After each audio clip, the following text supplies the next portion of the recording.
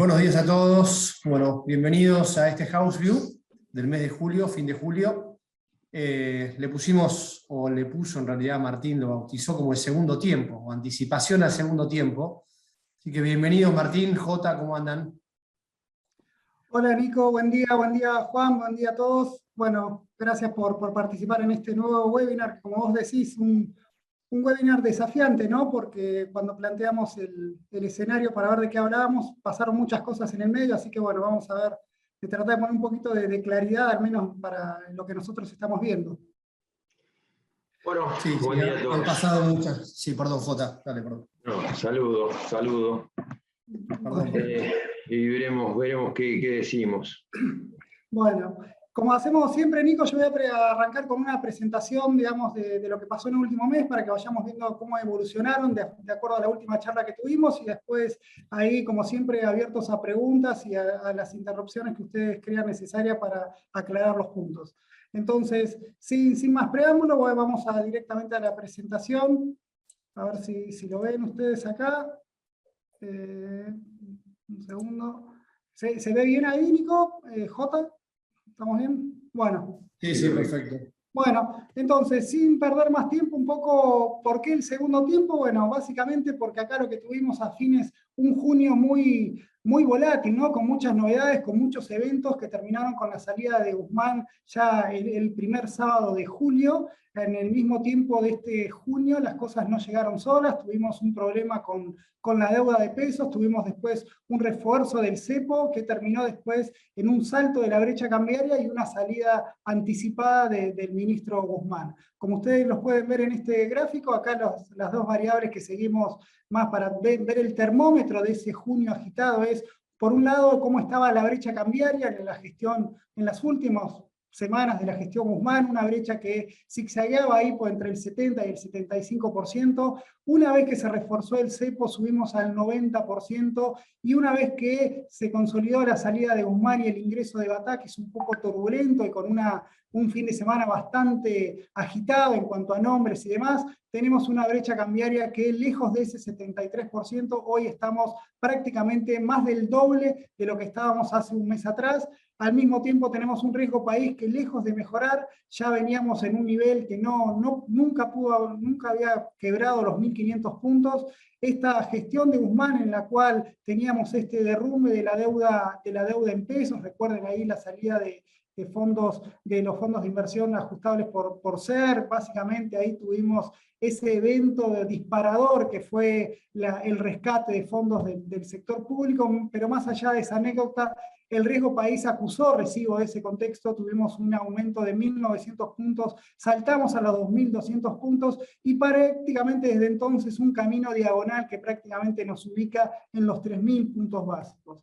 Cuando vemos un poco la película de fondo, más allá de los nombres, de los dimes y diretes de Alberto, Cristina, toda la cuestión política que está detrás, a nosotros lo que siempre venimos destacando en estas reuniones fue la mala gestión que tuvo el ministro Guzmán en cuanto a la dinámica fiscal. No solamente una mala gestión por aumento del déficit, sino por una dinámica muy en contra de lo que él estaba proponiendo, e incluso muy en contra de lo que había firmado con el Fondo Monetario hace apenas 3 meses. Como ustedes pueden ver en este gráfico, acá lo cruzo para no marearnos con evolución de crecimiento real, lo miramos contra la inflación, tanto los ingresos del Tesoro como el gasto primario. Como ustedes pueden ver acá, desde el segundo trimestre del año pasado, en el cual la economía se venía recuperando y eso permitió una mejora en los ingresos, que obviamente después del derrumbe de la pandemia, desde entonces Argentina no paró de empeorar sus cuentas públicas. Básicamente ustedes lo que ven acá es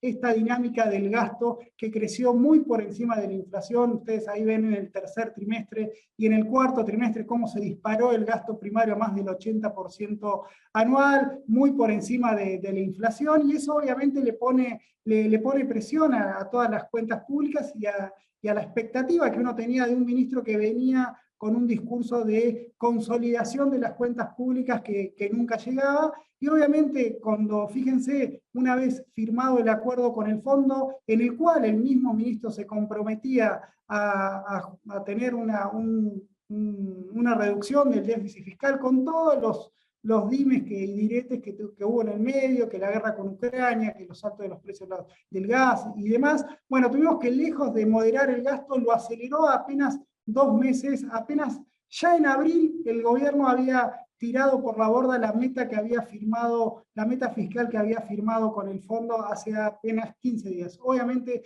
eso generó esa incertidumbre, ese pesimismo que genera en el mercado al ver la dinámica, porque una cosa es ver las cuentas públicas en lo que pasa en el primer semestre del año, en lo cual las necesidades financieras no son tantas. Cuando uno esto le pone dinámica al modelo, bueno, nos dice, bueno, ¿qué va a pasar en el segundo semestre y sobre todo en el último trimestre del año, en el cual el déficit fiscal siempre es estacionalmente el peor del año? Al mismo tiempo tenemos si quieren, picardías del ministro Guzmán, o si quieren del ex ministro Guzmán en cuanto a la dinámica de los subsidios. Recuerden que los subsidios venían siendo los grandes protagonistas de esta dinámica del gasto, si bien todo el gasto subía por encima de la inflación, el gasto en subsidio era la excusa, si quieren, que tenía el gobierno a la hora de decir por qué subía el déficit fiscal. Como ustedes lo habrán escuchado de mi parte, siempre destacamos que no era por eso, pero al mismo tiempo acá tenemos que hay cierta trampita, por así decirlo, en las cuentas públicas, cómo se nota que están en un contexto en el cual están aumentando los pagos por la energía, están aumentando porque básicamente tenemos precios entre el doble y el triple más alto que el año pasado.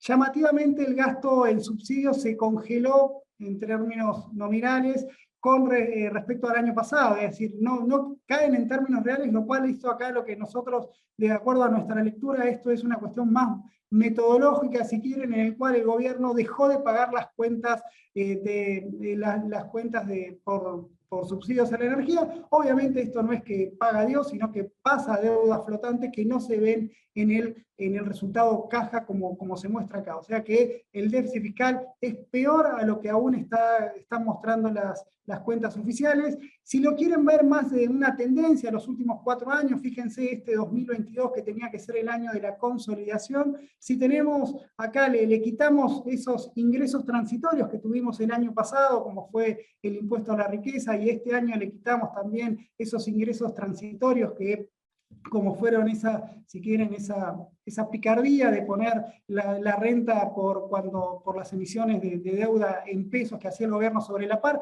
Bueno, limpiando de ese humo que tienen las cuentas públicas, vemos como este fuerte deterioro que marcó el primer semestre en materia fiscal. Eso obviamente después se refleja obviamente en más emisión monetaria en un contexto en el cual el gobierno tiene que afrontar todos los meses una pesada carga de vencimientos de deuda en pesos, y obviamente el flujo del faltante de caja complica aún más ese panorama.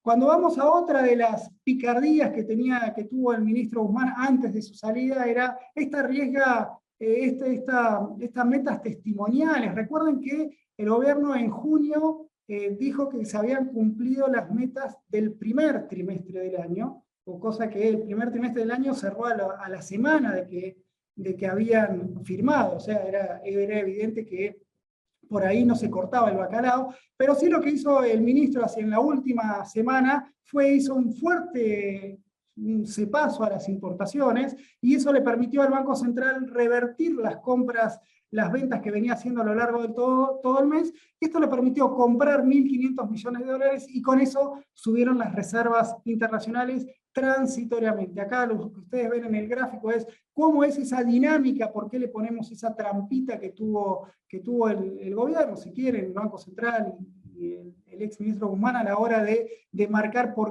cómo llegar a cumplir esa meta que, incluso de acuerdo a nuestros datos, no se cumplió la meta de reservas internacionales, pero como le pusimos en el título, es algo testimonial, bueno, lo marcamos simplemente para decir que no ayuda a mejorar las expectativas. Tuvimos ahí esa reversión en las ventas del Banco Central a compras. Cerrado el mes, obviamente el Banco Central empezó a devolver esos dólares prestados. Vamos a ver después de dónde salieron esos dólares para hacer esta trampita, pero la dinámica del mercado cambiario sigue siendo un mercado cambiario muy tenso, en el que sigue la demanda muy por encima de la oferta, y eso obliga al Banco Central a que venda dólares. Y acá entramos en otra dimensión, algo que también venimos remarcando todos los meses, es por dónde se van estos dólares, sobre todo porque el gobierno tiene dos excusas para marcar por qué el Banco Central está vendiendo dólares, y a las dos excusas nos ve como algo transitorio. Por un lado, el tema de las importaciones de energía, o si quieren, el saldo neto de energía, porque si bien las importaciones están subiendo, las exportaciones también lo están haciendo. Entonces ahí el déficit energético es menor a cuando escuchan a los pagos de energía. Acá lo que importa acá es el neto, y el neto es cierto que el déficit energético se multiplicó entre 3,5 y 4. En términos de dólares es pasar de un déficit de 300 millones de dólares a uno de casi 1.800, 1.500, vamos a ver cómo termina el dato. Por otro lado tenemos la liquidación del agro, el nuevo viejo enemigo del gobierno, en el cual, digamos, sabiendo que en el primer semestre se embucharon de dólares, fíjense que el agro, esto lo hemos mostrado, cómo aumentó, nunca liquidó tanto como en el primer semestre, incluso en los primeros 7 meses, obviamente en el margen está aflojando, están siguiendo esa estacionalidad habitual que tienen, pero el gobierno y el Banco Central como que marcan sus cañones a esta cuestión transitoria entre la energía y el garrote que debería tener el campo para que aumente esa liquidación. Desde nuestro punto de vista, ahí hay una cuestión más política que en los números. Nosotros vemos que el drenaje que está teniendo el mercado cambiario va mucho más allá entre lo que pasa en estos dos sectores. Lo vemos acá mucho más claro. Fíjense, de los primeros 7 meses del año pasado, el Banco Central compró casi 7.200 millones de dólares, y en el 2022 prácticamente está pasando la gorra y está comprando menos de 1.000 millones de dólares, ¿no? Son casi 6.500 millones menos de déficit, de compras, ¿no? Entonces vemos por dónde se fueron los dólares, cuál fue el colador de estos dólares. Si el campo liquidó, fíjense, en términos netos de 21.500 a 23.500, es decir, aportó 2.000 millones de dólares más, en tanto que la energía me demandó casi 3.000 millones más. ¿Dónde está el resto, el grueso de esa demanda neta de dólares? Bueno, en el resto de las ventanas aún abiertas en el mercado cambiario. Ahí tenemos las importaciones de bienes, ahí tenemos los pagos de servicios, ahí están los pagos de tarjeta de crédito, ahí están los pagos de deuda, y todas las ventanitas que todavía tiene abierto el mercado para acceder a ese dólar, pongámosle subsidiado, no quiero decir regalado, pero sí mucho más barato del que está en el mercado, si quieren, un poco más libre. Obviamente esta pésima dinámica que está teniendo el mercado cambiario hace que el Banco Central lo único que puede hacer es rogar que las reservas dejen de caer. Fíjense, acá hay una cuestión también conceptual, ¿no? Siempre que tengamos cepo y control de cambio, es muy difícil que las reservas internacionales suban en el mediano plazo. Fíjense acá lo que tenemos desde diciembre del 2019 hasta la fecha. Cuando ustedes ven estas montañitas de estos valles, acá tenemos este regalo del cielo que tuvimos del fondo el año pasado con los DEX que llegaron. Fíjense que el gobierno después profundizó el cepo, las reservas netas no paraban de caer.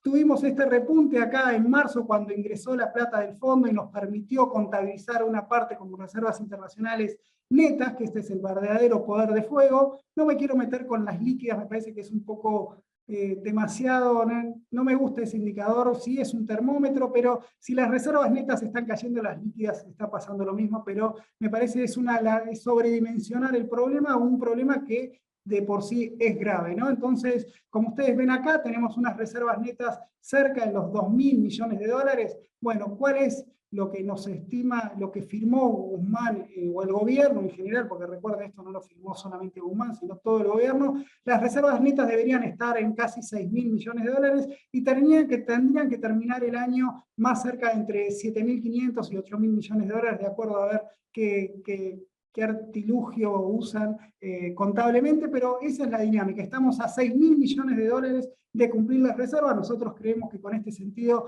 le despedimos desde acá humildemente a las metas en cuanto a las reservas internacionales netas. Y con todo este contexto, ¿qué tiene el Banco Central? Ya puso la carne en el asador con el más cepo, no le queda otra que ir ajustando los precios, por eso vemos que la devaluación se sigue acelerando, ya estamos en un nivel más cerca del 85% anualizado, esto es una tasa promedio en el mes cerca del 5%, superó nuestras expectativas. Un poco el Banco Central acá lo que está haciendo es tratando de corregir el plan platita que tuvimos el año pasado. No solamente fue ese suba del gasto exponencial que tuvimos después de las PASO y entre las elecciones, sino también lo que tuvimos fue un planchazo del tipo de cambio nominal con inflación alza, y obviamente esto ahora obliga a hacer las tareas que no hicimos en el pasado, y por eso la devaluación está subiendo.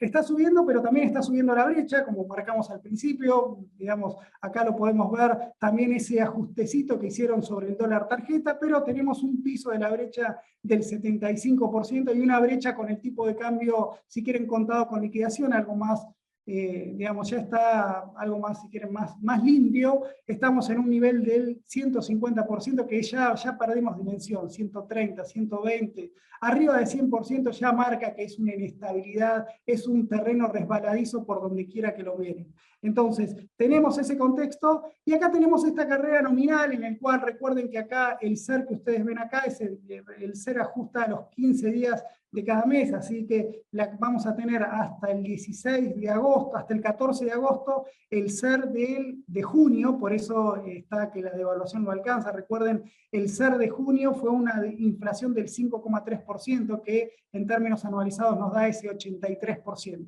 Entonces, la mala noticia es que, bueno, eso es transitorio, ¿no? El peor escenario que tenemos después de este affair, si quieren, salida de Guzmán y entrada de Batakis, es un fuerte salto en la inflación. Nosotros la estamos estimando en un 8%. Créannos que es optimista, de acuerdo a los comentarios que tenemos de colegas que la miden con encuestas de campo, pero 8, 7%, estamos en una inflación en torno entre el 120 y 150% anualizado, si quieren, es una tragedia en términos inflacionarios, le gana por mucho al tipo de cambio, pero bueno, esto es cómo terminaría la inflación, suponiendo que vamos a una inflación crucero del 5%, optimista, les aclaramos, digamos, es difícil que la inflación baje del 8 al 5 y se quede ahí, sobre todo si el gobierno no hace nada, por lo menos como estamos viendo ahora, que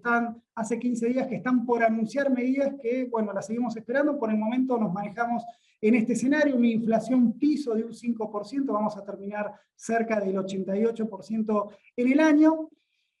Pero acá el problema que empieza a surgir en una dinámica en la cual la inflación vuelve a superar con creces a la devaluación es este famoso, si quieren, temido atraso cambiario. Acá lo que tenemos es nuestro indicador propio de un tipo de cambio real, no es el que usa el Banco Central exclusivamente, específicamente, básicamente porque nosotros lo hacemos con una muestra entre 5 países, los más importantes, y también estamos proyectando julio. El Banco Central, el tipo de cambio real que nos informa hoy, que parece que no se movió, es porque está estimando una inflación del 5%, que es la que estimó el último REM. Cuando llegue el dato de inflación del 8%, va a tener que ajustar, así creemos que lo va a hacer.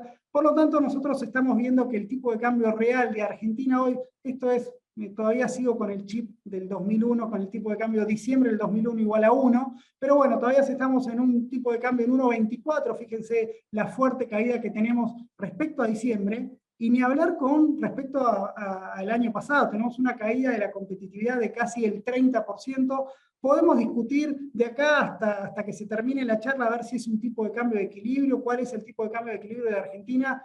Entre nosotros, les digo, no existe un tipo de cambio de equilibrio en Argentina, básicamente porque Argentina nunca estuvo equilibrada en sus cuentas externas, entonces es imposible de encontrarlo. Lo que sí lo podemos ver acá es la dinámica que está teniendo, en el cual tuvo una fuerte caída en julio, y suponiendo este escenario que yo les marqué, en el cual se emparda la devaluación con la inflación, algo que no pasó nunca, digamos que no pasó por lo menos en el corto plazo, mantendríamos un tipo de cambio, este tipo de cambio nominal hacia fin de año, y viendo así, rezando el operativo aguante. ¿Cuánto aguanta este tipo de cambio? Muchas veces también se han comentado, a ver si el tipo de cambio del contado con liquidación es caro o barato. Bueno, a mí este indicador mucho, les confieso, no me gusta, básicamente porque si fuese por la línea gris, ninguno de ustedes hubiese salido a comprar, a cubrirse con contado con liquidación, porque en todos los eventos nos dio que el tipo de cambio, ya cuando la brecha estaba al 75%, nos daba un tipo de cambio real con ese tipo de cambio apreciado. Entonces eso los invitaba a ustedes a decir, che, este contado con liquidez está caro, y bueno, si hicieron, digamos, eso hubiese sido una mala decisión. Por eso lo ponemos planteando, es decir, un tipo de cambio en 3.50, ¿es caro en términos de competitividad real a hoy? Parece que sí, pero bueno, esto tiene dinámica, ¿no? Devaluar, hacer una devaluación del 100%, o llevar el tipo de cambio o cerrar la brecha a la mitad, o cerrar completamente la brecha con una inflación que ya está al 100%, obviamente genera, es decir, hay que ver quién pone la firma, ¿no? No creo que ni Remes se anima a hacer eso, pero bueno, el escenario está planteado, yo se los comento para militar mi no conveniencia de ese indicador, pero al que le gusta lo puede ver, y si no me cree, le puede estar tranquilo de que es un tipo de cambio muy alto. Ahora bien, también lo que pasó en el mes es que teníamos el otro problema. Tenemos un problema en las cuentas fiscales, tenemos un problema en las cuentas externas, tenemos una inflación que sube y una brecha cambiaria que sube, y como frutilla del postre teníamos un derrumbe de los bonos en pesos. Fíjense acá, los bonos, este es un índice de bonos SER, en el cual es un promedio simple entre todas las cotizaciones. Hay algunos que cayeron mucho más que los cortos, por ejemplo, los largos tuvieron caídas más del 30%, y los cortos una caída más del 9% o el 8%, pero si lo tomamos un índice como para poder yo contarles, y después J les va a comentar más en detalle, pero acá lo que vemos, fíjense cómo hasta el 23 de junio en los dólares, los bonos ajustables por SER tuvieron un derrumbe. Fíjense que además venían siendo los más demandados del mercado. Fíjense, hasta el 30 de mayo habían ganado un 23%, esto es base diciembre de 2021 igual a 100, habían ganado un 23%, mucho más que la inflación acumulada hasta ese momento. Se pegaron esa piña y desde entonces se recuperaron, y hoy más o menos ya recuperaron todo lo perdido. Ahora bien, esto no fue gratis. Acá tuvimos la mano no invisible del Banco Central, en el cual tuvo que agarrar la billetera o la maquinita, lo que más les guste a ustedes, y emitir 1,1 billón de dólares. A eso sumado, eso generó un aumento de la base, 4% del PBI solamente para darle salida a los fondos ajustables por SER, y es el 30% de la base monetaria, ¿no? O sea, no fue gratis esta piña y recuperación de los bonos. El 80% se esterilizó, y en el día después, ¿qué pasa en el día después? Por eso lo ponemos 1,1 billón que tuvo que emitir, 30% de la base monetaria. ¿En qué deriva todo esto? Bueno, que ahora tenemos unos pasivos monetarios entre pases y LELIQ del 9% del PBI. Sin duda, nos salió carísimo, nos está saliendo carísimo esta dinámica. Por suerte en los últimos días aflojó, digamos, como que el Banco Central está tratando de que levántate y anda, digamos, por ahora no se levantó, digamos, no está andando solo, pero lo bueno es que no cae. Pero lo que sí sumó en este último tiempo, con todo este relato que les estoy haciendo, es, bueno, el temor de no aguante en materia cambiaria, y por eso vemos que los instrumentos ajustables por tipo de cambio hicieron este catch-up de los bonos ajustables por SER, ¿no? Fíjense cómo hasta junio venían estando muy por debajo, no había interés demasiado en los dollar rinks, simplemente algunos los clientes nuestros que querían cobertura cambiaria, pero no era la mejor elección en cuanto a rendimiento, venían muy por abajo de los ajustables por SER. Tuvimos ese bache que también los dólar link ajustaron, digamos, la piña les pegó a todos, pero desde entonces, en el cual el gobierno estaba planteando que quiere plantear un sinceramiento, bueno, obviamente en este plan de sinceramiento el tipo de cambio tiene que estar sobre la mesa por todas las debilidades que yo les comenté de la situación cambiaria. Entonces, para finalizar, acá tenemos, y para darle paso a Nico y a Jota y que charlemos un poco, acá tenemos la evolución de nuestros activos en el año, cómo fueron performando nuestras carteras, y fíjense cómo tenemos este nuevo protagonista que vino callado todo el año, y cómo se convirtió en el gran ganador de esta era Batakis y de este aumento de riesgo, que es el Merval en pesos. Fíjense, el que quiso tener cobertura tanto el contado con liquidación como por inflación. El Merval está siendo un buen instrumento, subió un 30% en lo que va de julio, la verdad que ahí el que se aguanta esa montaña rusa, ahora Jota nos va a comentar, le podemos preguntar a él un poquito mejor, tuvimos papeles que subieron hasta un 70%, así que sigue siendo una buena alternativa. Ni hablar lo malo que están los bonos ajustados, los bonos soberanos, digamos, no encuentran piso, nadie los quiere, nosotros tampoco, así que por eso vemos cómo siguen cayendo. Y acá, para cerrar el último manotazo, si quieren, el último golpe que quiere dar el gobierno para nuestros clientes y todo aquel que se quiera cubrir, es la última normativa de limitar el acceso a tener en cartera CDRs. Nosotros acá lo que planteamos es el ETF de CDR, que lo puede comprar cualquiera en el mercado desde enero de este año, que lo usa usando pesos, como siempre decimos, tiene el beneficio de cubrirse de la suba del contado con liquidación y también aprovechar lo que está pasando en el contexto global, que el contexto global ya lo hemos comentado en las otras reuniones, no está bien, digamos, tuvimos una caída del 20% en el primer semestre, digamos, no es que no tiene riesgo global, lo tiene, pero a la hora de tomarlo como un instrumento de cobertura, cumplió su función y fíjense ahí cómo le corrió muy cerca al dólar contado con liquidación. Así que eso es un poco el panorama que les quería comentar, una situación en la cual la tensión está en ascenso. En las últimas, cuando escribimos esto, pensábamos que arrancaba el segundo tiempo, con todo esto que les estoy comentando, bueno, parece que el segundo tiempo está promediando y estamos llegando, parecería ser por momentos, a los 40 minutos del segundo tiempo, así que obviamente estamos preocupados, creemos que la tensión está en ascenso y bueno, eso es un poco lo que nos plantea el Excel, así que de mi lado voy a dejarle paso a Nico y a Jota para que lo charlemos y veamos cuál es la mejor alternativa que le podemos ofrecer a ustedes. Muchas gracias, Martín. Muy interesante relevamiento de todas las variables y cómo se han acelerado, ¿no?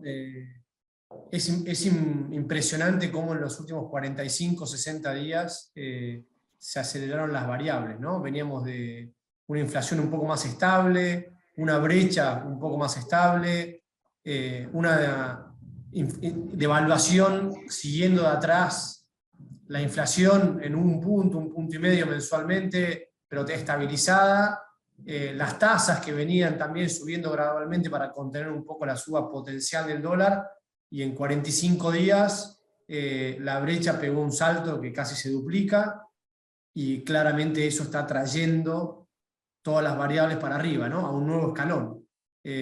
A mí la pregunta que me surge es, ¿esta dinámica es una dinámica que se repite como veces anteriores, donde tuvimos picos de inflación, picos de salto de brecha y luego se calma, o el desenlace es distinto? Las situaciones cambian, y digo, ¿frente a qué estamos? ¿No? Estamos frente a meses complejos, con un cambio de ministro de Economía, con una dinámica interna dentro del gobierno que no nos deja muy tranquilos. ¿El desenlace lo vemos igual, como que esto se calma, o vemos que esto puede llegar a disparar mucho más? Bueno, te doy mi percepción, que es algo que notamos, obviamente, digamos, la tensión va en ascenso, porque sobre todo pues, todas estas cuestiones que les mostré en el primer semestre, en el segundo semestre estacionalmente tienden a empeorarse. Digamos, en el mercado cambiario se pasa la temporada alta de liquidación del agro, ya de liquidación desde una oferta de 150 pasamos va a ir menguando hasta un piso en noviembre, y si bien nos ayuda que haga un poquito más de calor y tengan que importar menos energía, pero como te dije, lo estructuralmente está cada vez más tenso, y el gobierno creo que va a ir tratando de responder con más control de cambio. Obviamente hay un pánico a devaluar, creo que comparto esa visión, estamos con una inflación promediando el 5 o 6% mensual, una devaluación discreta y sin reservas internacionales, es un escenario muy delicado, extremadamente delicado, y creo que el gobierno acá lo que nosotros estamos planteando es un paso a paso, ¿no? Digamos, semana a semana, a ver qué novedades nos trae el gobierno, que con cierta inacción, ¿no? No tuvimos todavía ninguna medida, además que algunas pinceladas de ajuste fiscal, con esto que no entren más gente al Estado, que sabemos que nunca se cumple, y al mismo tiempo una segmentación de tarifas que va a tardar, digamos, como que la segmentación ni siquiera va en escalera, está en la planta baja y la política fiscal va en cohete. Entonces, todo ese contexto nos obliga a ser extremadamente cuidadosos y mantener una cobertura muy a rajatabla para los meses que siguen. Bueno, en línea a lo que decía Martín, yo lo que quería comentar dentro de todo, si nos retrotraemos a un momento similar al actual en la gestión de Alberto Fernández, tenemos que ir a octubre del 2020, ¿no? Ahí, ¿se acuerdan? El cable había saltado a 190 pesos, por tipo de cambio real multilateral serían 380 pesos de hoy, ayer cerró 330 pesos el cable con el GD30, en ese momento la brecha estaba en 136%, ahora está en 156%, en parte por toda la apreciación del tipo de cambio real, producto del intento de tener un resultado favorable en las elecciones del 2021, eso nos juega en contra. Estamos enfrentando a una brecha de 156%, la potencial demanda de dólar turista, de dólar solidario que vas a tener ahora a comienzos de agosto, en momentos donde, bueno, mostraba Martín que las reservas netas terminan siendo apenas por encima de 2.000 millones de dólares, y el dólar tarjeta que está también en niveles de 250 pesos, que la realidad es que tienen que cortar sí o sí, tienen que hacer algo con el tipo de cambio nominal.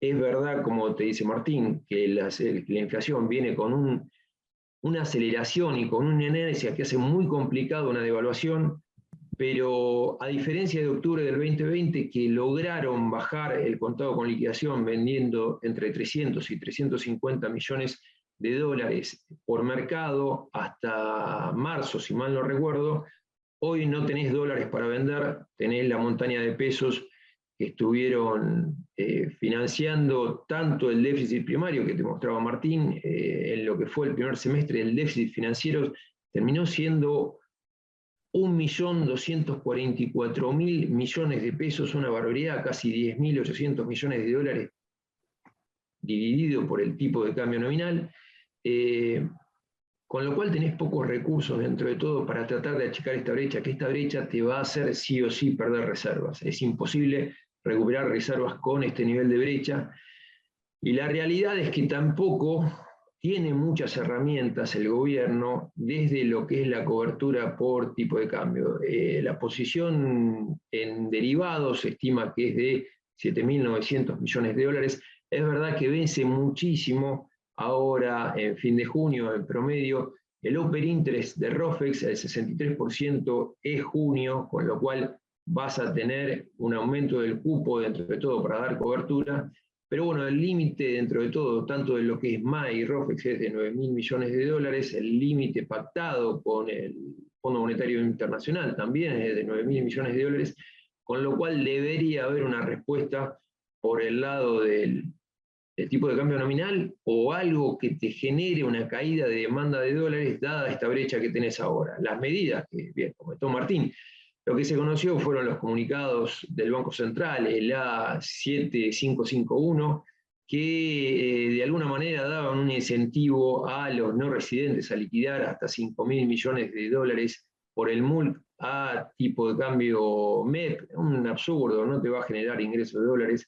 Y lo que se conoció, la 7552, que era esta imposición de desarme de posiciones de CDR, hasta 100.000 dólares que pueden tener en activos externos líquidos hasta el 19 de agosto, que como vimos no te generó gran caída en lo que fue el contado con liquidación, te cayó de 340 a 320 en la apertura de ayer, y después recuperó con la noticia del BID en cuanto a que iban a trabar el desembolso de 500 millones de dólares.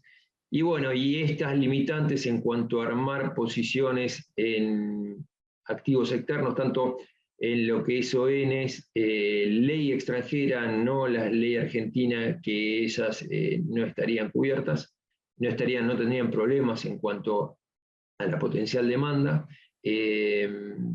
Obviamente con el límite de 100.000, bueno, no pueden tenerlas en cartera siendo ley argentina.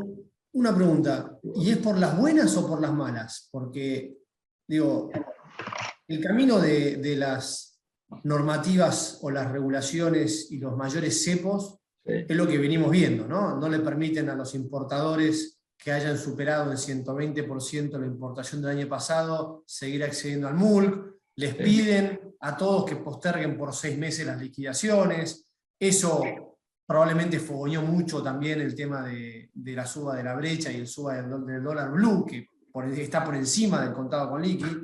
Pero la pregunta es, el ajuste del tipo de cambio nominal, ¿será por las buenas o por las malas? Porque en definitiva el ritmo devaluatorio lo vienen manteniendo, viene corriendo entre 1 punto y 1,5 puntos por abajo de la inflación todos los meses, como decíamos antes.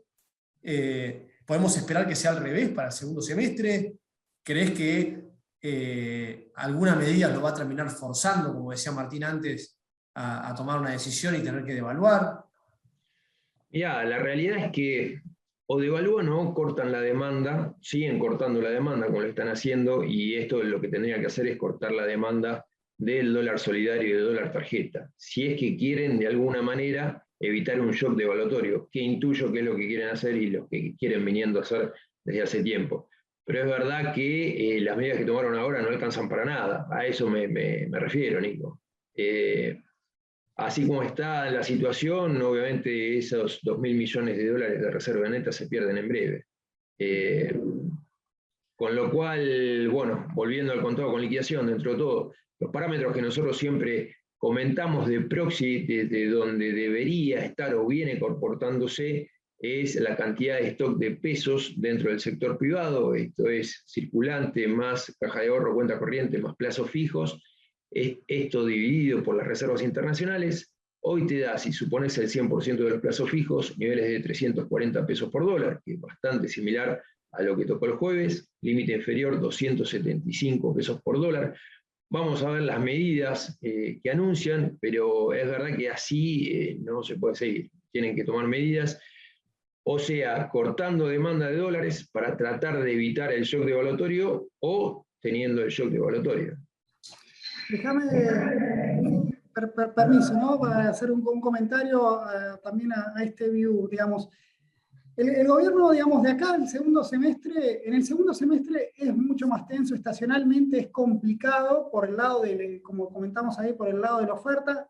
El gobierno tiene una carta para jugar, perdón el abuso del Excel, no estoy en la silla de ministro, pero tiene la carta de una caída en nivel de actividad mucho más fuerte de la que está viendo. El gobierno tiene también es cierto que en el primer semestre la economía creció y creció bastante, muy por encima de lo que todos esperábamos. Entonces, tuvimos subió la economía, bajó el desempleo. Obviamente todo esto no llegó gratis, obviamente el gobierno para hacer eso le puso toda la carne al asador para que repunte la demanda. Yo creo que en ese sentido el gobierno tiene, digamos, nosotros le damos esta ventana de dudas a Batakis, por eso pusimos segundo tiempo. Pasa que, bueno, estamos esperando esas medidas, probablemente se sienten en la caja. Por ejemplo, en lo que va de julio, todavía el Banco Central no expandió por asistencia al Tesoro. Es algo que vamos a ver cómo cierra, falta una semana de datos, pero uno hubiese pensado como que hubiese estado mucho más jugado en ese tema. O sea, probablemente puedan estar sentándose en la caja. Obviamente que con esto no te quiero decir que pueden evitar el ajuste en el largo plazo, pero si vamos semana a semana o mes a mes, nosotros damos una ventana de una tregua por este tercer trimestre que está arrancando. Hay que ver qué pasa, obviamente, si después tenemos que entre el propio gobierno y entre ellos se tiran nafta y bueno, todo es mucho más complicado. Pero en términos de números, de datos, de lo que nos marca la dinámica, es decir, vas administrando ese corte en la demanda. Ahora pensás con el turismo, empezaste con el dólar tarjeta, estás buscando que te ingresen los turistas, algo una locura, en esto no creemos que entre, que pueda recuperar mucho el Banco Central ahí. No le queda otra que el ajuste en la demanda de importaciones que afecten al nivel de actividad. Por eso creo que ese es el gran elefante que está teniendo el gobierno en cuanto a la salida de dólares. No es que la salida de dólares se va por el agro y por energía. La salida de dólares se va por una cuestión casi estructural que tiene Argentina, que cuando quiere crecer, cuando la industria para exportar necesita importar sí o sí. Por eso tenemos un fuerte aumento del déficit comercial que no es ni de la industria, no es ni del agro ni de la energía, es de la industria. Entonces, ahí creo que, si vos me preguntás, Nico, por la fuerza va a llegar la recesión. Y Martín, después, entonces, de alguna manera, vos lo que decís es, lo voy a simplificar, ¿no? Pero que Alberto hablaba de crisis de crecimiento y al mismo tiempo está como apostando a llegar a septiembre, donde bajen la cantidad de demanda de dólares por energía, básicamente todos los pagos que hay comprometidos.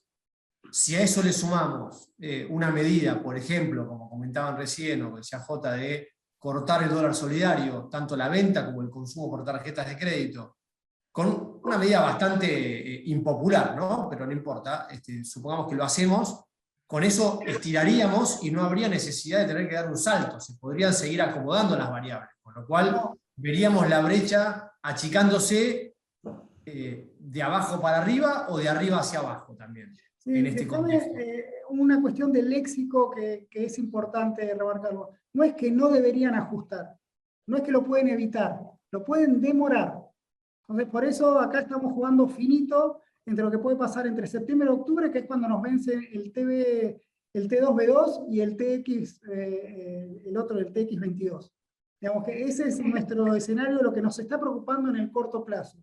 Si hoy cubrirse con dólar futuro es negocio o no es negocio. Yo creo que ahí estamos en ese debate en el cual, si vemos las noticias, es decir, parece que la cobertura está barata, y si vemos los números decimos, bueno, tienen margen todavía de acción como para que ese salto discreto, porque eso lo hemos comentado, para mí un salto discreto es desestabilizante, digamos, hoy. Entonces creo que va a ser la última bandera que entregue.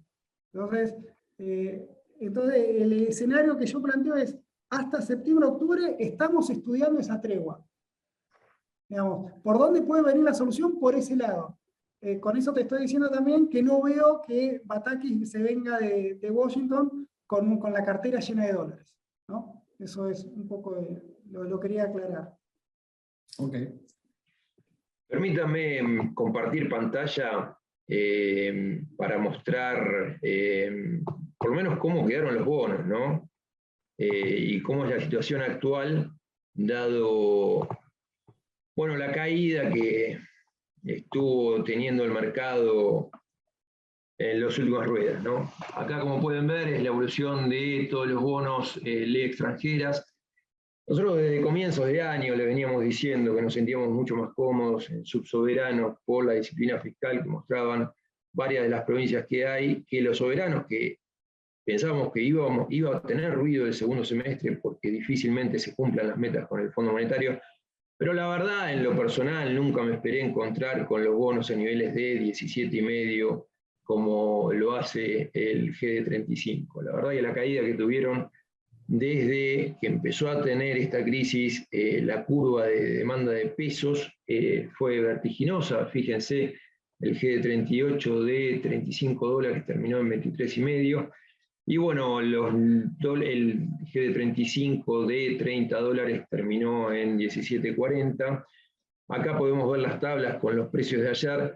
Sinceramente, a estos niveles, toda la deuda hard dólar soberana está valiendo 15.700 millones de dólares, o sea, prácticamente 3% de PBI a precio de mercado. Me parece un castigo enorme. La verdad que eso supone que Argentina va a vivir con desequilibrios fiscales por cualquier cantidad de años y va a ser imposible el pago de esto. Recién se pone desafiante los vencimientos de deuda a partir del 2025, que empiezan a amortizar capital el GD30 y el L30, pero serían 10.000 millones de dólares, sería casi 2,5% del PBI, con lo cual existiría la posibilidad que de venir un gobierno y haga las reformas que sean necesarias, consiga financiamiento por mercado para prolongar estos vencimientos de deuda. En caso que no llegue a hacerlo y proponga una reestructuración, la verdad que niveles de $17 de paridad, en promedio todos los bonos están teniendo paridades de 18,9%, si tomamos toda la deuda a precios de valor de mercado y el face value que tienen los bonos, y supone una quita enorme. Hoy por hoy, si me dicen qué bono me quedaría, yo te diría el GD35, que está a niveles de 34% por debajo de lo que es el GD38, y el interés corriente, dado que paga un cupón más alto en el 2024, que es de 3,625, ya te lo lleva a 20,7%, con lo cual lo que uno recupera hasta el 2024 es un poquito menor que el GD38, pero la cantidad de nominales al que accede con el GD35 compensa eso, y me parece que hoy por hoy es la alternativa por paridad y por flujo más conveniente para tener a futuro. Fíjense lo que son las curvas, la verdad que está todo destruido.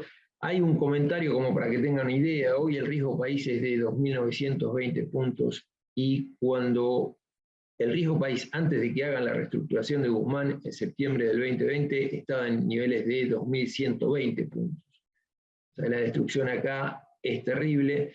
Dentro de todo lo que son los high yield norteamericanos, empezaron a caer de rendimientos, estaban en niveles de 13%, ahora están en niveles de 12%, en parte también ayudado por cómo empezó a caer la curva de treasuries, con lo cual por lo menos ruido de lo que es el sector externo no está viniendo. Es todo obviamente factores locales que llevaron al desplome de la curva hard dólar.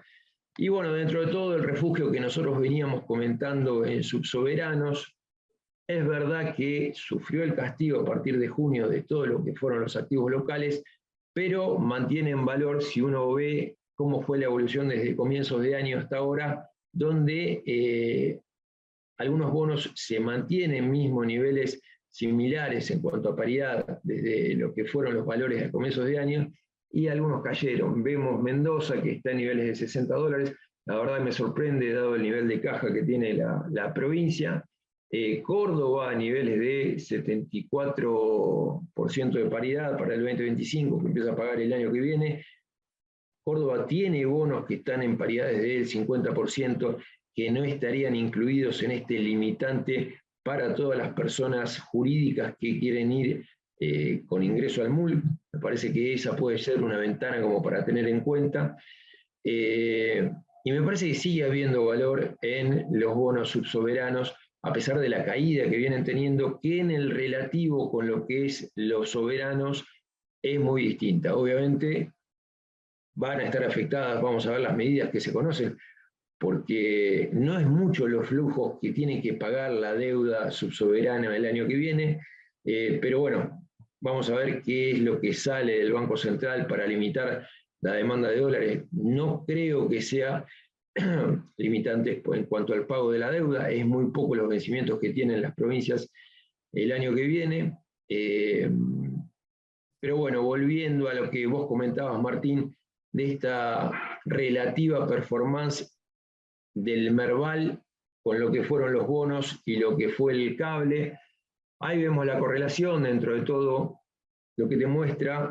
Lo que vemos en el gráfico es las líneas del Merval en dólar cable, en línea negra, que está en niveles de $360, GD30, $18,9, y el dólar cable en niveles de 331. Obviamente hay una correlación enorme entre lo que es el GD30 y el dólar cable, pero lo que te muestra el gráfico dentro de todo es que las acciones ya descuentan gran parte del castigo que tuvo el mercado en este último mes y medio con la caída del dólar cable, y terminaron siendo un refugio, dada la situación y las normativas que se conocieron. Y como podemos ver el gráfico de la correlación entre el riesgo país y el Merval en dólares, ya está en un nivel tan alto el riesgo país que el daño que le hace a las acciones es menor, con lo cual en acciones dentro de todo está esperando un cambio de mandato, o dentro de todo el flujo de fondos que percibe la empresa hoy por hoy tiene un peso relativo superior a la tasa de descuento ya en los niveles en los que está la tasa de descuento. Obviamente la tasa de descuento entra a jugar mucho cuando está en niveles inferiores a 1.500 puntos. Fíjense cómo la hipérbola sube y te permite tener en niveles de riesgo país de 500 puntos un Merval arriba de los 1.200 puntos, y ya cuando supera los 3.000 puntos o los 2.500, el daño que le hace al Merval relativamente porcentual es menor. Con lo cual me parece que está en niveles en donde es considerado refugio. Nosotros veníamos sobreponderando todo lo que es empresas que producen bienes transables, por lo defensivo que son los bienes transables en escenarios de alta inflación o de incertidumbre, como se viene dando ahora, en parte porque los precios están obviamente asociados a precios internacionales. Venimos hablando siempre de, no quiero repetir siempre, pero bueno, venimos hablando de Vista, Alvar, Ternium Argentina, Mirgor, como, bueno, por lo menos empresas que hacen commodities o productos industriales. Me parece que siguen siendo coberturas, la verdad que tuvieron un castigo muy significativo, algunas se recuperaron, Alvar está en 1.200 millones de dólares, con un EBITDA de casi 460 millones de dólares este año. El aluminio a estos precios internacionales lleva a que casi el 30% de los fabricantes esté produciendo por debajo de la línea de costos, dado lo que subieron los costos de electricidad. Fíjense, en Europa están cerrando contratos de electricidad arriba de 500 euros por mega a un año. Eso lo hace prohibitivo, teniendo en cuenta producir aluminio si no estuvieron integrados. No quiero explayar, no los quiero marear en el tema, pero bueno, Ternium también está valiendo 2.300 millones de dólares y tiene caja por 900 millones de dólares, va a ganar casi 890 millones de dólares. Y Vista está valiendo prácticamente un Enterprise Value EBITDA 1, considerando el EBITDA del año que viene. Mirgor vale neto de la caja 100 millones de dólares y tenía contemplado ganar 200 millones de dólares. Vamos a ver cómo se reposiciona a partir de esta restricción al acceso de dólares. Tiene el financiamiento de Samsung para seguir produciendo, pero bueno, seguramente estará valiendo neto de la caja un poco menos de price earning de 1, con lo cual me parece que siguen siendo activos de refugio como para pensar. Y bueno, esta situación en cuanto a los bonos soberanos, ya 17,5 de paridad como el GD35, no sé cuánto más le podemos pedir a este producto, en el sentido de cuánto más abajo se puede ir. Me parece que el nivel de castigo es enorme, no pensé que iban a caer tanto, pero bueno, obviamente estamos sujetos a una incertidumbre muy grande en el corto plazo, ¿no? Un comentario ahí de un par de los papeles que mencionás vos, como Ternium y Alvar, que tuvieron subas bastante importantes de precios las últimas semanas, sí. Y que es de esperar también que quizás las próximas semanas, tomando en cuenta la última normativa que comentabas antes también respecto de tener un máximo de hasta $100.000 en CDRs, haga que como alternativa de cobertura para empresas, estas empresas que son que comercializan bienes transables y que exportan principalmente, pueden seguir siendo atractivas. Vos ves que en estos niveles de precios pueden continuar siendo atractivas como cobertura, o ya el ajuste que tuvieron hace pensar que es posible que algo de los pesos de venta de CDRs se vuelquen a estos papeles, pero haya un cambio de manos, ¿no? Un poco de lateralización. Mirá, obviamente si sigue habiendo ruido en el marco local va a estar condicionado, pero si uno lo ve a largo plazo, fíjate que Alvar subió de 900 millones de dólares en el mínimo, que era a comienzos de junio, a 1.200 millones de dólares. La realidad que el play ahí es que se abastece de electricidad a menos de 30 dólares por megawatt, lo que es bajísimo dado los precios internacionales. Los productores, como te decía, norteamericanos están en promedio 220, 230 los que no están integrados, ¿no? Por megawatt, y necesitan 15 megawatts, con lo cual ahí me parece que es una apuesta a futuro. En el corto plazo es muy difícil saber qué es lo que vaya a pasar. La empresa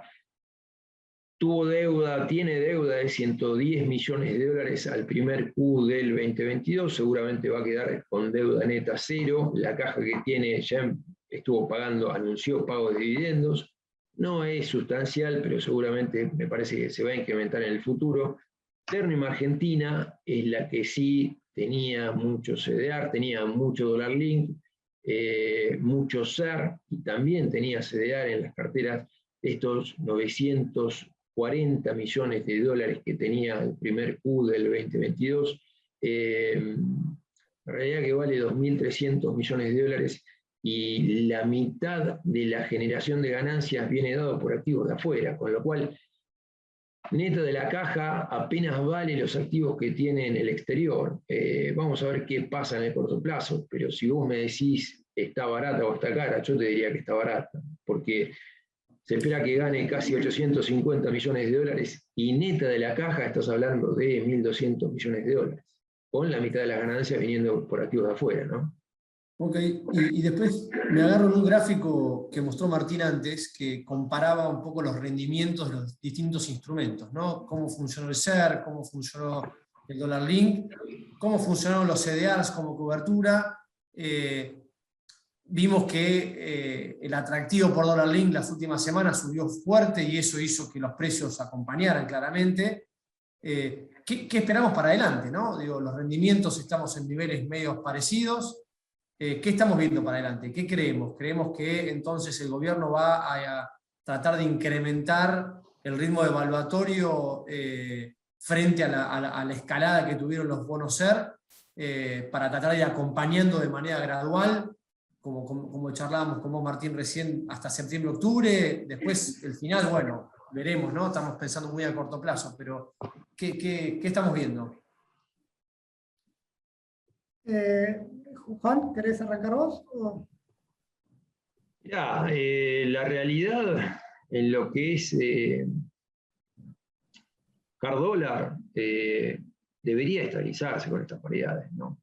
En lo que es SER, vemos que por lo menos lo que son vencimientos hasta 2023 se recompuso la curva. Ahí hay una pregunta: ¿qué pasa si el Banco Central deja de comprar bonos SER? Obviamente se va a caer. Los movimientos que estuvo viendo en lo que son los fondos era de un aumento de demanda en lo que fueron todos los instrumentos dólar link. Seguimos teniendo salida de fondos SER y salida de fondos T+1, con esta percepción de lo que les comentaba, ¿no? A ver qué hace el mercado, pero termina siendo cobertura, y mismo pasó con el aumento de demanda de posiciones en ROFEX y en MAE. La duda es qué pasa con los vencimientos en el 2024, que todavía tenemos bonos con paridades del 80% en lo que es SER, con rendimientos de SER más 12%, que obviamente te muestran que va a haber un desafío muy grande para pasar deuda de 2023 a 2024. Va a ser un paso a paso. Primer paso va a ser la colocación de mañana, en donde vencen 323.000 millones de pesos del sector privado. Ya se conoció ayer a la noche las ofertas, donde hay ofertas de 2 bonos SER de enero y, si mal no recuerdo, febrero de 2023, lo que es una LEDE, y también un dólar link 2023, el TB23. Vamos a ver cómo sale esa licitación. Ya tenemos por lo menos financiamiento neto de la última licitación a mediados de mes de 123 millones de pesos. Y bueno, vamos a ver si se restablece la curva de pesos, pero va a ser clave obviamente las medidas que se conozcan en las próximas ruedas, ¿no? Porque es obvio que así como está la situación no es sostenible y no se va a regenerar la confianza. Sí, un poco complementando lo que acaba de comentar RJ, nosotros seguimos, lo que sí hicimos en este último mes en la cartera, sí aumentamos nuestra exposición a los instrumentos ajustables por tipo de cambio. Si bien obviamente esta inflación de julio da esa, digamos, un 8%, le permite a los bonos empezar a devengar una tasa inalcanzable para cualquier instrumento.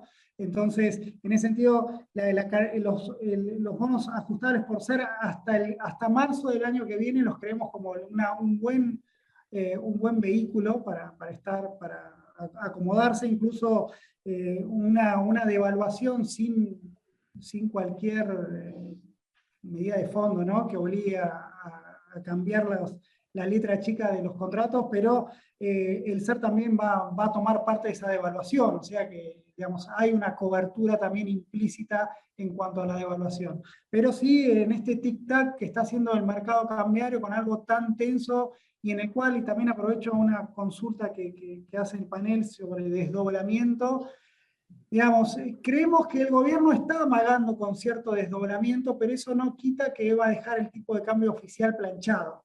Digamos, puede haber un tipo de desdoblamiento informal o por lo menos a cuentagotas para diferentes alternativas, pero eso, una vez hecho eso, no creemos que el tipo de cambio oficial lo deje planchado y vuelva a la brecha con el contado con la inflación, ¿no? Eso creemos que, si nos pregunta el escenario, es en el mejor de los casos vamos a tener un empalme, si quieren, entre lo que se va a mover el tipo de cambio con el SER. Nosotros veníamos antes mucho más confiados en que el SER le iba a ganar a la inflación en el mes a mes. Ahora lo dudamos un poquito por lo estamos dudando, ¿no?, por el riesgo que está generando en el corto plazo, y también por la escalerita que está haciendo el Banco Central. Si ampliamos el espectro de cómo vino la devaluación a lo largo del año, es como una diagonal, es como el gol de Maradona en los ingleses, es una diagonal, digamos, del 1% de diciembre al 5% que vamos en julio, amagando también a superar ese 5%. Así que, y la inflación otro mes al 8%, no lo vemos, digamos, ahí sí sería un escenario mucho más disruptivo, ¿no? No estamos viendo, la semana pasada hablamos con Fausto Espotoro, nos comentaba también su escenario de todo el mercado está hablando de una inflación anual, que el 2022 termina con una inflación del 90%, bueno, gran parte de ese 90% fueron los primeros 7 meses del año, para lo que sigue es una tasa más cerca entre el 5 y el 5,5, digamos, por lo menos ese es el escenario que estamos manejando hoy en día, porque estamos suponiendo también que la brecha no se va a ir a 400, ¿no? El contado con liquidación no se va a ir a 400, no estamos esperando eso, estamos esperando, si bien nos está sorprendiendo al alza, digamos, creemos que esta tregua hasta el segundo trimestre, en el tercer trimestre podríamos tener ciertos valores más estables y que eso no siga fogoneando la inflación como lo hizo en julio. Así que redondeándote y redondeándoles, nosotros seguimos recomendando una cartera un poquito más equilibrada entre instrumentos SER y dólar link. Creemos que el riesgo post-2023 es alto con esta dinámica que estamos teniendo, digamos, no va a ser fácil manejar este barco en diciembre de 2023, por lo tanto ahí en lo posible sugerimos estar lo más corto posible. Y vemos una brecha de 150 como relativamente alta, entonces, cerrándose quizás de abajo para arriba, pero también habría que ver las regulaciones o las medidas que tome el gobierno para ayudar a que ese miedo que se generó, que alcanzó los 340, 300 y pico de pesos de contado con liquidación, tienda a estabilizarse o a bajar un poco. Probablemente el próximo mes, con esta medida de los CDRs, esté contenida, digamos, no pueda romper fácilmente ese nivel, pero bueno, nada, habrá que esperar a ver qué medidas nos ayudan a que eso sea un pico y no parte de la curva ascendente. Y si es devaluación sin plan, y mucho menos sin credibilidad, es un manotazo de ahogado esa devaluación, digamos, no va a resolver el problema de la brecha. Entonces, acá es una tensa calma, esperando, dándole la opción a que el gobierno juegue algunas cartas, ¿no? Hay algunas versiones que están los fines de semana que están planteando ciertas soluciones o cierta esperanza de soluciones, pero bueno, todavía no tenemos ningún avance sobre esas medidas. Así que, pero sí, si me preguntás, creo que ese gustito a poner cada vez más tipos de cambio, creo que va a ser cada vez más común en tener que analizar. Déjenme terminar por lo menos con los comentarios que llegan ahí en los cuestionarios. Hay una pregunta que dice: ¿quién va a pagar los dólares a futuro? Misma trampa que la última vez, ¿a quién le explota? Ahí hay que comentar dentro de todo, seguramente hace referencia a lo que pasó en el 2015. Acuérdense que en aquel momento la posición del gobierno era de 17.000 millones de dólares en dólar futuros vendidos en la época de Banoli. Hoy se estima que a fin de julio es de 7.900 millones y como les comenté, hay que ver cómo queda con el cierre de julio porque más de la mitad de los vencimientos seguramente vencen ahora en un par de días, con lo cual la situación es distinta a lo que fue la última vez en el 2014, con lo cual en el peor de los casos va a haber emisión, no tuvieron problema en emitir. Todo lo que emitieron para cubrir lo que es la curva pesos, para cubrir lo que es el resultado primario, no creo que tengan problema para cubrir lo que puede llegar a ser un salto de tipo de cambio, si es que se da, o por lo menos seguir pagando el desplazamiento que se viene dando en el tipo de cambio nominal.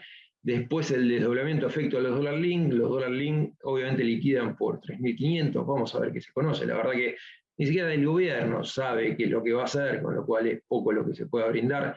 Y después ON, Hard Dollar, Argentina, Sarcor, Pampa, Paetec, Petrol, Argentina 2000, Geneia, los deja dormir tranquilos. A mí sí, esto obviamente la mayoría ya está contemplando planes de refinanciamiento de los vencimientos que tienen en el 2023, lo vimos en Pampa, lo vimos en PAE, seguramente Arcor va a anunciar algo, tiene muchos activos afuera, con lo cual no va a tener problemas, mismo la deuda de Arcor que vence el año que viene está rindiendo en niveles, si mal no recuerdo, del 7%, no tiene problemas de rollover, Tech Petrol, ni hablar, está rindiendo sobre la par, vence ahora a fin de año, con lo cual me deja dormir tranquilo en lo personal. Y te agrego, Jota, que con las nuevas normativas es posible que veamos flujos hacia ese tipo de activos, ¿no? Porque son bonos hard dollar, ley local, que están permitidas dentro de las tenencias que hoy por hoy la normativa les permite a los que acceden al mundo. Y ahí, bueno, mirá, creo que PAE uno tiene ley local, la mayoría tiene ley internacional, pero seguramente van a aprovechar esta oportunidad y colocar algún bono hard dollar ley local, si es que quisieran tener rollover de esa manera, ¿no? Ok, bueno, no sé si Martíncho, ¿querés agregar algo más o estamos No, para de mi parte ya bastante, ya leemos, así que estamos en horario, así que bueno, de mi parte agradecerles nuevamente la presencia y bueno, ojalá que podamos seguir en este segundo tiempo en agosto, ¿no? En el próximo House. Bueno, Jota, muchas gracias por las explicaciones y la participación. Martín, lo mismo. Gracias a todos por participar.